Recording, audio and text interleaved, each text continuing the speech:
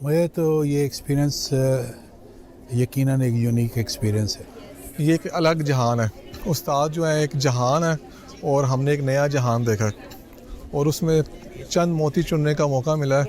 یہ بہت بہت بہت زیادہ اچھا سیشن تھا اور میں چاہتی ہوں کہ اس طرح کے سیشن پاکستان میں بہت زیادہ ہوں. ہماری یوتھ کو اس چیز کی بہت بہت زیادہ ضرورت ہے.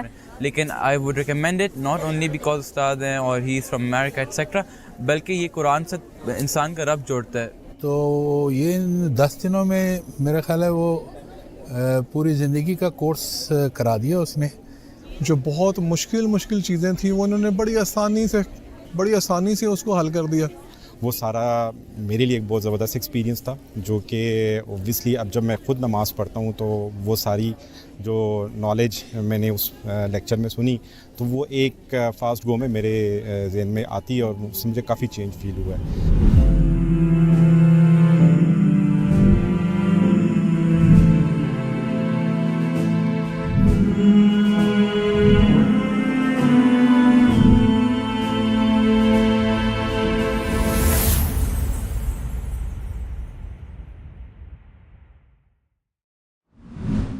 گندم کی ساتھ کیا ہے یہ بالیاں ہونا چاہیے تھا، نہیں بالے اوکے. عربی میں گندم کی بالی کو سنبلہ کہتے ہیں. یہ بات اب یاد رکھنی ہے آپ نے، یہ قرآن کے عجائب میں سے ہے. سنبلہ گندم کی ایک بالی.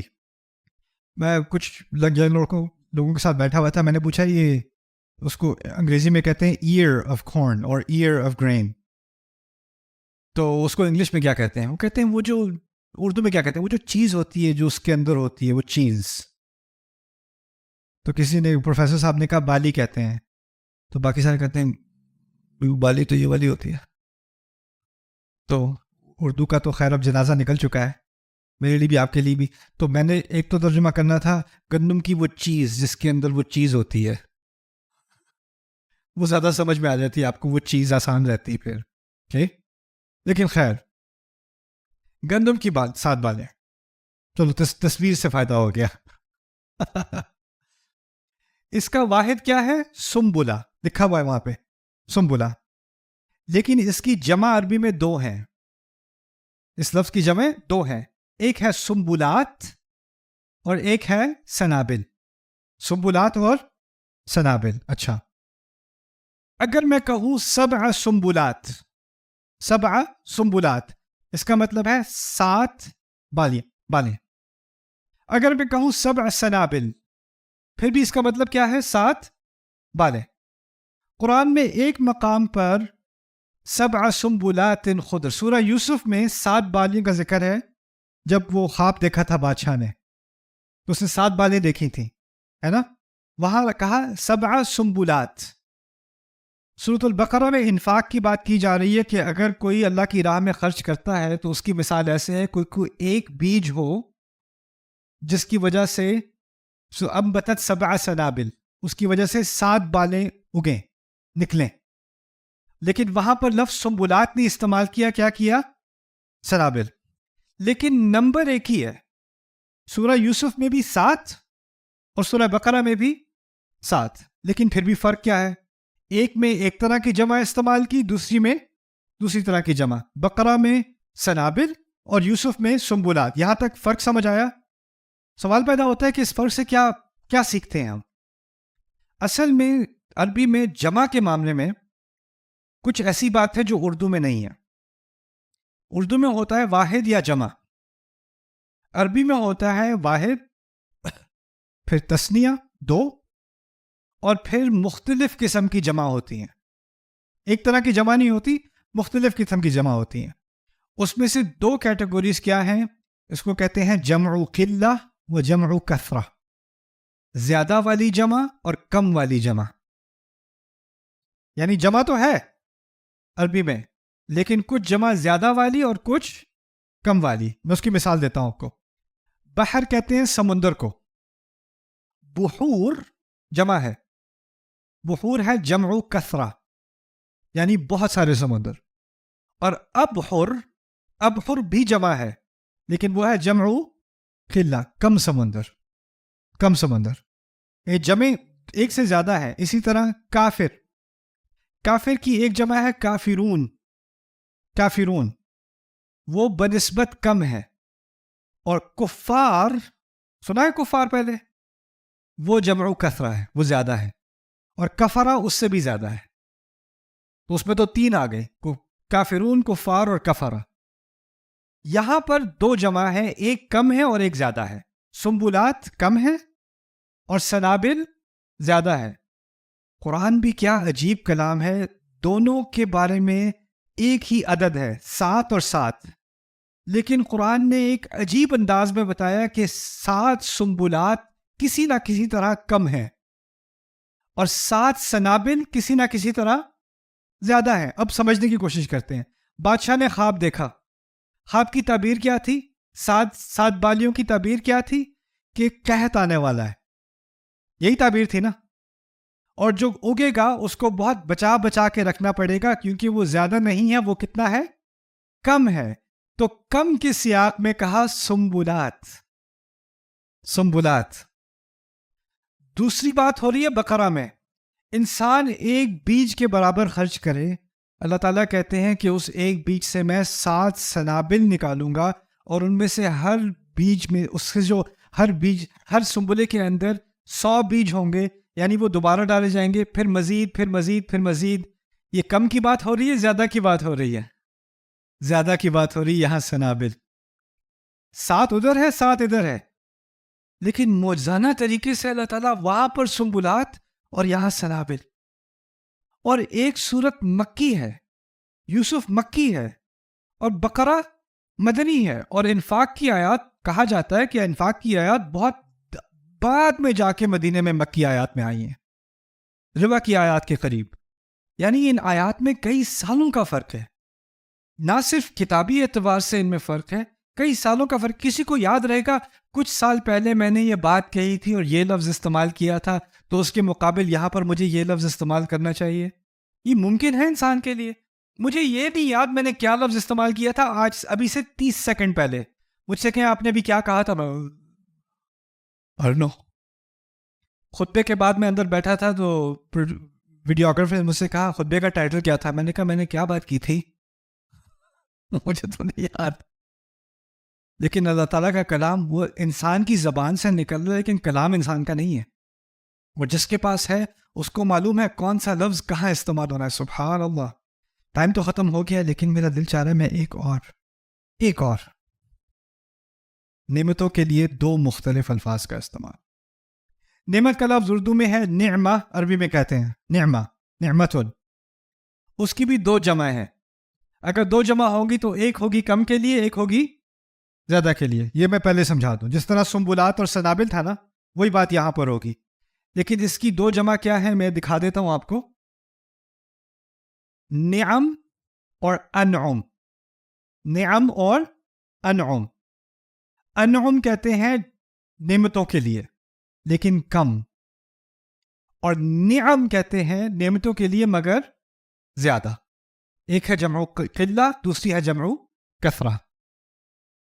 اللہ تعالیٰ اپنی نعمتوں کے بارے میں کہتے ہیں وَأَسْبَغَ عَلَيْكُمْ نِعَمَهُ ظَاهِرَةً وَبَاطِنَةً. اللہ تعالیٰ نے تم پر اپنی نعمتیں اڈیل دیں، جو ظاہر ہیں اور جو باطن ہیں. ابھی میں ترجمے کی بات کر رہا ہوں. کیا کم نعمتوں کا لفظ استعمال کرنا چاہیے یا زیادہ نعمتوں کا لفظ استعمال کرنا چاہیے؟ آپ کا کیا خیال ہے؟ کیونکہ کہا ہے جو ظاہر ہیں اور جو باطن ہیں، جو مادی ہے جو غیر مادی ہے، جو مستقبل میں ہے جو بھی حال میں ہے، جن کا ہمیں شعور ہے جن کا ہمیں شعور نہیں ہے، وہ تو بہت زیادہ ہو گئی. تو نعم جمع کثرہ.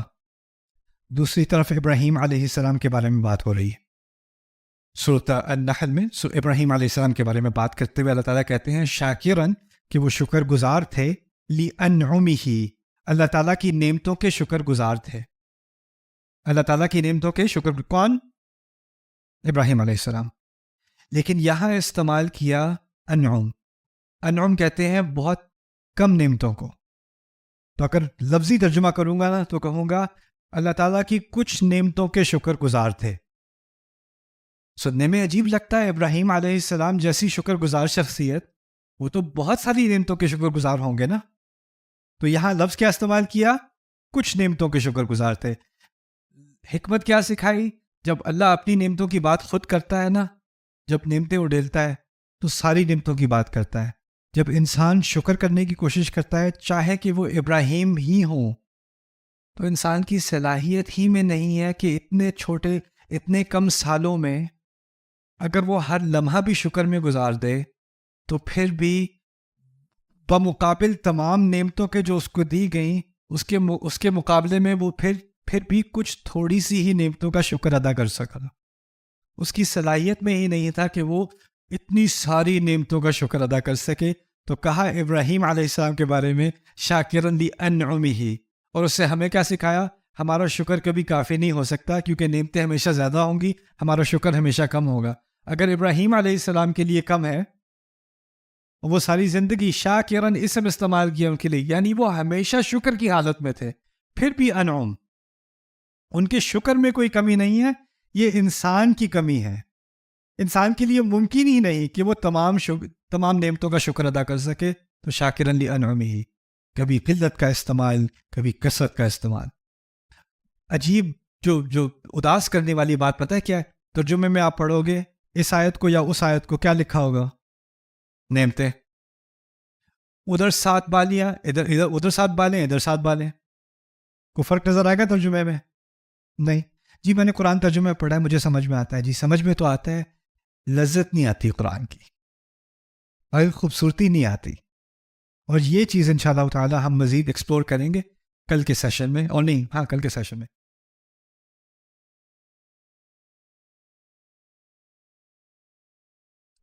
ابھی کل ہم نے ایک سیکشن شروع کیا تھا جس پہ ہم بات کر رہے تھے الفاظ کے استعمال کی، اور جس طرح باریک لفظ ایک جگہ پہ صحیح جگہ پہ استعمال کیا گیا ہے اس کا ایک مقصد ہے. اور اگر آپ کو ایسا بھی لگے کہ اسی طرح کا لفظ کہیں اور بھی استعمال ہوا ہے، لیکن اگر آپ غور کرو گے تو پتہ لگے گا کہ وہاں پر استعمال اسی کا فٹ ہونا تھا، یہاں پر اسی کا فٹ ہونا تھا. اس کی بہت ساری مثالیں ہیں قرآن میں نے کچھ چنی آپ کے لیے سوچنے کے لیے. تو آج اس مثال میں ہم جنت اور جہنم کا جو آپس میں تقابل ہے، کبھی کبھی ان دونوں کا ایک ساتھ ذکر آتا ہے، ایک کا پھر دوسرے کا. قرآن نے یہ بات بھی کی ہے کہ کچھ صورتوں میں جنت کے بارے میں بہت لمبی بات اور جہنم کے بارے میں 1-2 آیات، اور کبھی کبھار ایسا بھی کیا ہے کہ جہنم کے بارے میں بہت ساری آیات اور پھر جنت کے بارے میں 1-2 آیات. ایسا بھی ہوتا ہے قرآن میں. اور کبھی اس کے لیے 1 آیت، اس کے لیے 1 آیت. یعنی ہر صورت کا اپنا ایک خاص سٹائل ہوتا ہے، مقصد ہوتا ہے، اور اس مقصد کے تحت اللہ تعالیٰ فیصلہ کرتے ہیں کہ اس میں کتنا وزن کس بات پر زیادہ ڈالا جائے گا. اس کی ایک مثال سورت النساء سے یہ لی گئی ہے، اور یہاں پر اللہ تعالیٰ کہہ رہے ہیں تلک حدود اللہ، اپنے کچھ احکام بیان کرنے کے بعد کہ یہ اللہ تعالیٰ کی حدود ہیں، وہ اللہ تعالیٰ کی حدود ہیں. وَمَن يُطِعِ اللَّهَ وَرَسُولَهُ، اور جس نے اللہ تعالیٰ کی اور اس کے رسول کی اطاعت کی، يُدْخِلْهُ جَنَّاتٍ تَجْرِي مِن تَحْتِهَا الْأَنْهَارُ خَالِدِينَ فِيهَا، وہ ان کو جناتوں میں ڈال دے گا جن کے نیچے سے دریا بہہ رہے ہوں گے. ان کے نیچے سے دریا بہنے سے مراد ہے کہ آپ کسی پہاڑی کے اوپر ہیں اور اس کے نیچے واٹر فال ہے، اور یعنی یہ نہیں کہ آپ کے پیروں کے نیچے سے یا باغ کے نیچے سے دریا نکل رہا ہے.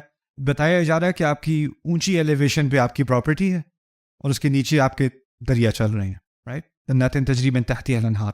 پھر کہا خالدین فیہا، خالدین جمع ہے، اون اور این جمع کے لیے استعمال ہوتے ہیں عربی میں، تو یہاں حال کے طور پہ جمع استعمال کیا گیا ہے، یعنی وہ سب اس میں ہمیشہ کے لیے رہیں گے. جنت والے لوگ اللہ تعالیٰ ہمیں ان میں سے بنائے. خالدین فیہا، وہ اس میں ہمیشہ کے لیے رہیں. اس کے فوراً بعد اللہ تعالیٰ نے دوسری طرف کی بات کی، وَمَن يَعْصِ اللَّهَ وَرَسُولَهُ، اور جس نے بھی اللہ تعالیٰ کی اور اس کے رسول کی نافرمانی کی، وَيَتَعَدَّ حُدُودَهُ، اور وہ اس کی حدود سے آگے چلتا چلا گیا، تجاوز کیا حدود سے اس نے. پھر کہا يُدْخِلْهُ نَارًا، وہ اس کو آگ میں ڈالے گا، خالدن، اکیلا ہمیشہ رہنے کے. تو جب جنت میں بات کی تھی تو کہا تھا اکٹھے، اور جب جہنم کی بات کی تو کہا اکیلے. خالدینہ نہیں کہا اس دفعہ. اور مقامات پر خالدینہ کہا ہے، لیکن اس خاص مقام پر سورۃ النساء میں اللہ تعالیٰ نے خالدن کا لفظ استعمال کیا، خالدن فیہا. تو اس کو سمجھنے کی ضرورت ہے. یہ ایک، یعنی اس کو انگلش میں کہتے ہیں ڈیلیبریٹ، جان بوجھ کر 2 چیزوں کو ایک دوسرے سے مختلف بنایا گیا ہے کہ انسان کا غور اس طرف جائے کہ یہ کیا ہوا یہاں پر. اسی طرح اللہ تعالیٰ اپنی بات کرتے ہیں اور آپ کو ایک ایک چھوٹی چھوٹی چیز پر غور کرنا پڑتا ہے. اس کی میں آپ کو مثال دوں کہ اگر آپ کسی چھٹیوں پہ جاتے ہو ویکیشن پہ جاتے ہو کسی خوبصورت جگہ, لیکن اکیلے جاتے ہو. ریسٹورینٹ میں گئے, کتنی کی ٹیبل؟ ایک کی ٹیبل جی. اب ہوٹل میں گئے, ایک کا کمرہ. باہر ٹور پہ گئے, کوئی ویو دیکھنے, کوئی ماؤنٹین دیکھنے, کوئی واٹر فال دیکھنے, کوئی اسکیئنگ کر, اکیلے جا رہے ہو. ڈپریسنگ ہوتا ہے کہ نہیں؟ اور اگر آپ گئے بھی ہو اکیلے, تو مجھے تو کافی ٹریول کرنے کا موقع ملا. وہ بہت دفعہ فیملی کے ساتھ بھی گیا, بہت دفعہ اکیلا بھی گیا. اور جب اکیلا گیا تو جو میرے ہوسٹ ہیں وہ کہتے ہیں چلے ہم آپ کو فلانی جگہ لے کے جاتے ہیں, فلانی جگہ لے کے جاتے ہیں, اس شہر میں یہ بہت خوبصورت ہے, وہ بہت خوبصورت ہے. میں کہتا نہیں, مجھے بس کام کرنا ہے.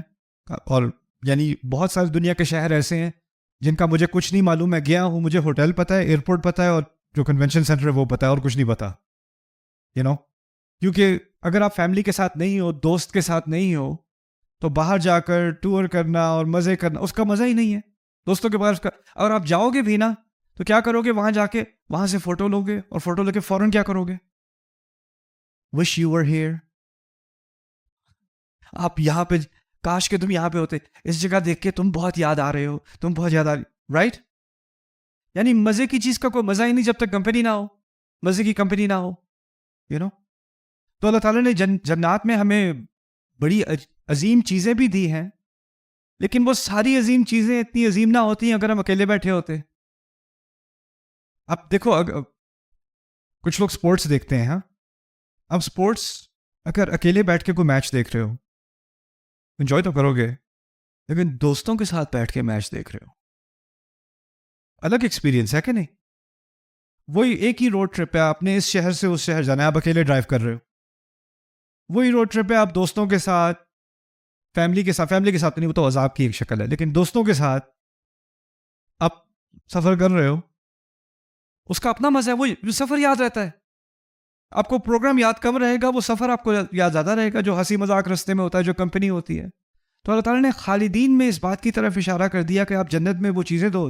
دریا تو ہے, لیکن دریا میں دوستوں کے ساتھ ایک کو دھکا مار کے اس کو اندر گھسا دیا, پھر خود بھی گھس گئے اور ہنسی مذاق کیا. یتنازعون فیہا کأسا, ایک دوسرے سے کپ چھین رہے ہوں گے, کھینچ رہے ہوں گے, ایک دوسرے کے ساتھ مذاق کر رہے ہوں گے. تو یہ جنت کی ایک بڑی خوبیوں میں سے ہے کہ وہاں ہم اکٹھے ہوں گے اور ایک دوسرے کی کمپنی کو انجوائے کر رہے ہوں گے. دوسری طرف جہنم میں بہت سارے عذاب ہیں, لیکن ان عذابوں میں ایک مزید عذاب کا اضافہ پتہ ہے کیا ہے؟ کہ وہاں ہر انسان کو لگے گا کہ وہ اکیلا ہے. یہاں بھی عذاب کی شکلوں میں ایک عذاب کی شکل ہے جیل, دنیا میں قید. اور قید میں سب سے تکلیف دینے والی قید پتہ ہے اسے کیا کہتے ہیں؟ سولیٹری کنفائنمنٹ.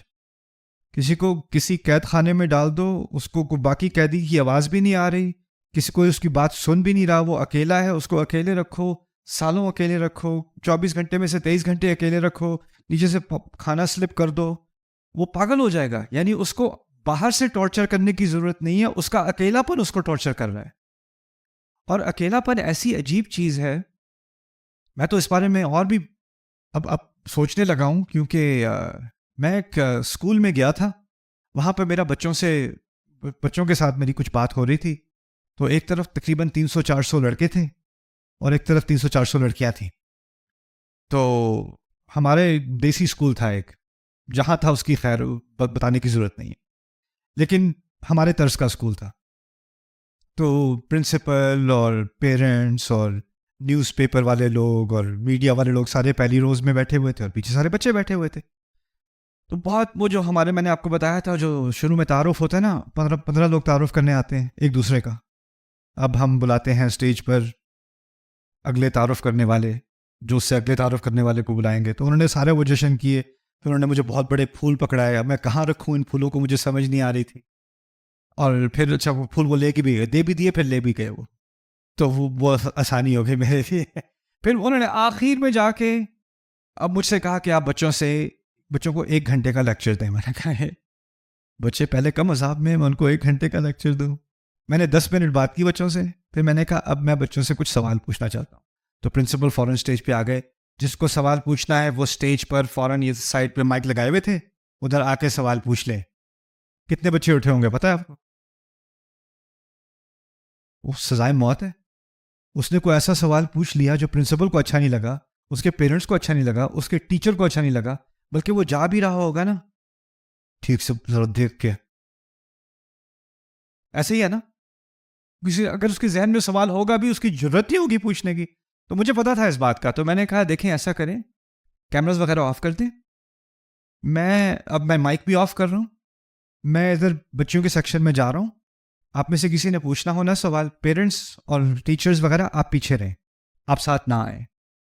آپ میں سے جس نے کوئی سوال پوچھنا ہے آپ مجھ سے پوچھ لیں. اور پھر میں وہاں سے ہو کے I went to the boys section. یہاں 3 گھنٹے لگے, وہاں 3 گھنٹے لگے, اور وہ چھوڑے ہی نہ, پوچھے جائیں. اور پہلے آپ کو لگے کہ ان کی تو بولتی نہیں ہے, تو ان کے تو منہ سے کوئی آواز ہی نہیں نکلتی ان کے. اور جب آپ اندر جا کے آپ نے وہ فارمیلٹی ہٹا دی نا, تو ان کی بولتی بند نہیں ہو رہی. اتنی باتیں سیکھی میں نے ان سے, لیکن میں نے جو بات سیکھی جس نے مجھے بہت ڈرایا, پتہ کیا تھی؟ اس میں سے تقریباً 50-60 بچیوں نے ایک ہی سوال پوچھا, What do you do if you feel alone? میں فیملی میں تو ہوں, میرے پیرنٹس تو ہیں, میری بہن تو ہے, لیکن مجھے لگتا ہے میں ہمیشہ اکیلی ہوں, مجھے لگتا ہے میرے ساتھ کوئی بھی نہیں ہے, تو میں کیا کروں؟ اور پھر مجھے ایک بچی نے پوچھا ہوتا تو ٹھیک ہے, میں کہتا کوئی بات بتا دیتا اس کو, دوسری نے پوچھا, تیسری نے پوچھا, چوتھی نے پوچھا, فرنٹ سیکشن میں پوچھا, بیک سیکشن میں پوچھا. میں نے کہا یہ تو کچھ اور ہی معاملہ ہے. تو امریکہ واپس جانے کے بعد میں نے پھر کچھ چائلڈ سائیکالوجسٹ سے بات کی, کچھ سوشل ورکرز سے بات کی, کچھ ٹین کاؤنسلرز سے بات کی کہ کیا سچویشن ہے.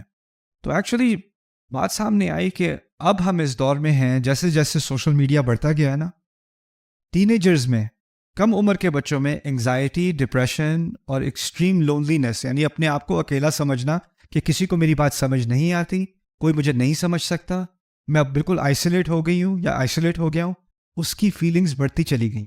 اور دنیا جہاں میں کم عمر کے بچوں میں سوئسائڈ بڑھ گئی ہے, اور یہ بھی ایک عذاب کا ہی منظر ہے نا. یہاں پر کہا یدخلہ نارا خالدا فیہا, اکیلا اس کو آگ میں جلایا جائے گا. یعنی اکیلا پن بھی ایک طرح کی آگ ہے, اکیلا پن بھی ایک طرح کا عذاب ہے.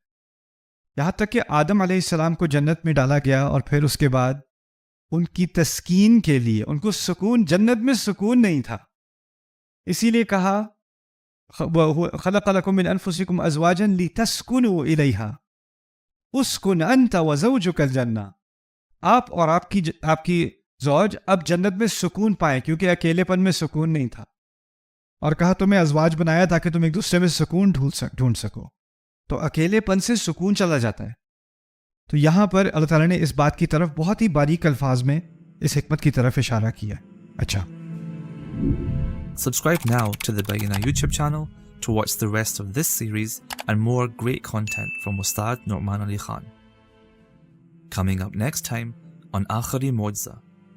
یہ سوال رسول کو ہی کیوں چنا؟ کسی نے مجھ سے آ کے پوچھا تھا, اچھا اللہ نے عرب رسول کیوں چنا, چائنیز کیوں نہیں چنا, افریقی کیوں نہیں چنا, یورپین کیوں نہیں چنا, فلانا کیوں نہیں چنا؟ اس کا جواب اللہ کہ ہاں ایک سادہ سا جواب ہے, اللہ یصطفی. بات ختم.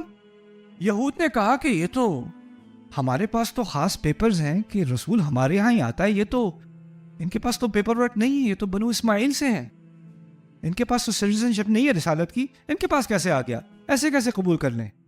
ان کا مسئلہ بھی کیا تھا کہ وہ عرب ہے اور وہ بنو اسرائیل میں سے نہیں ہے.